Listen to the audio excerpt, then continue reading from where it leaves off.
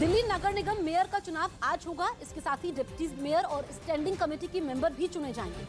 आप की तरफ से शैली ओब्रॉय और बीजेपी की तरफ से रेखा गुप्ता मेयर पद की उम्मीदवार।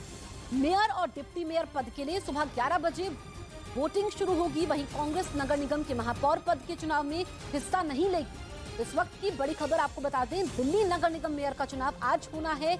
इसके साथ ही डिप्टी मेयर और स्टैंडिंग कमेटी के मेंबर भी चुने जाएंगे। मुकाबला बीजेपी और आम आदमी पार्टी के बीच है। आम आदमी पार्टी की तरफ से शैली ओब्रॉय, जबकि बीजेपी की तरफ से रेखा गुप्ता मेयर पद की उम्मीदवार हैं।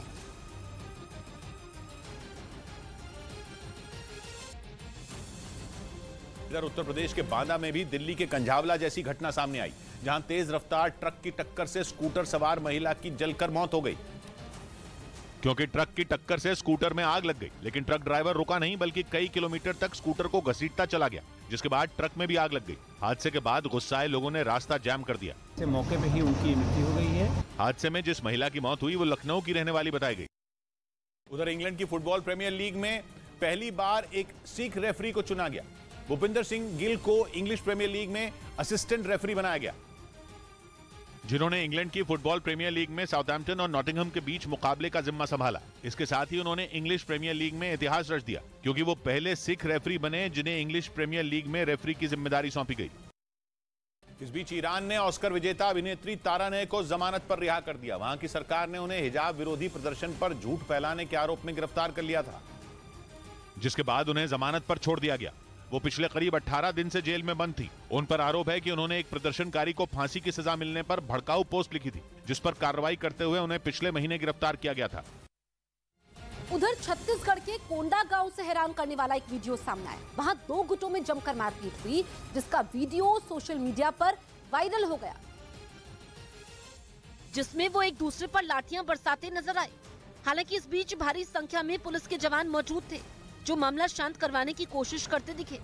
लेकिन उन लोगों ने पुलिस के जवानों की सुनने के बजाय उल्टा उन्हीं पर हमला करने लगे। इस बीच एक जवान ने मारपीट कर रहे एक आदमी को रोकने की कोशिश की, तो दूसरे आदमी ने पीछे से उस जवान को उठाकर जमीन पर पटक दिया। इस घटना में कई लोग बुरी तरीके से घायल हो गए, जबकि पुलिस के कई जवानों को भी चोटें आई। लोगों ने आरोप लगाया कि एक गुट जबरन धर्म परिवर्तन करवा रहा था, जिसका लोगों ने विरोध किया। तभी देखते ही देखते बात इतनी बढ़ गई कि दोनों पक्षों के बीच हाथापाई शुरू हो गई। पुलिस ने आरोपियों के खिलाफ केस दर्ज कर लिया और मामले की जांच में जुट गई।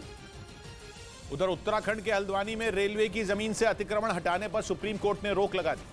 वहां बनाए कई घरों को तोड़ने की तैयारी पूरी हो चुकी है, लेकिन सुप्रीम कोर्ट ने फिलहाल नैनीताल हाईकोर्ट के जमीन खाली कराने के फैसले पर रोक लगा दी, जिसके बाद वहां महिलाएं मस्जिद में नमाज पढ़कर शुक्रिया अदा करती नजर आईं। आरोप है कि रेलवे की जमीन पर हजारों लोग कई साल से कब्जा कर रहे थे, जिन्हें वहां से हटाने का आदेश जारी हुआ था, लेकिन उन्होंने इसके खिलाफ सुप्रीम कोर्ट में याचिका दाखिल कर दी थी।